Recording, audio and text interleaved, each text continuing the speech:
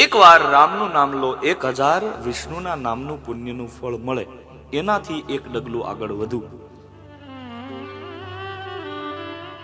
જે પોતાના મોઢેથી એક વાર કૃષ્ણ બોલે, બોલો કૃષ્ણ કૃષ્ણ કૃષ્ણ કૃષ્ણ.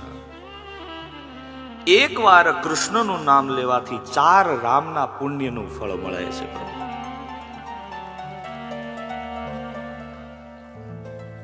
હવે તમે એક વાર કૃષ્ણ નામ લ્યો એટલે કેટલા નામ થયા રામના? 4. એને ગુણ્યા 1000 એટલે 4000 નામ થયા. એનાથી પણ એક ડગલું આગળ.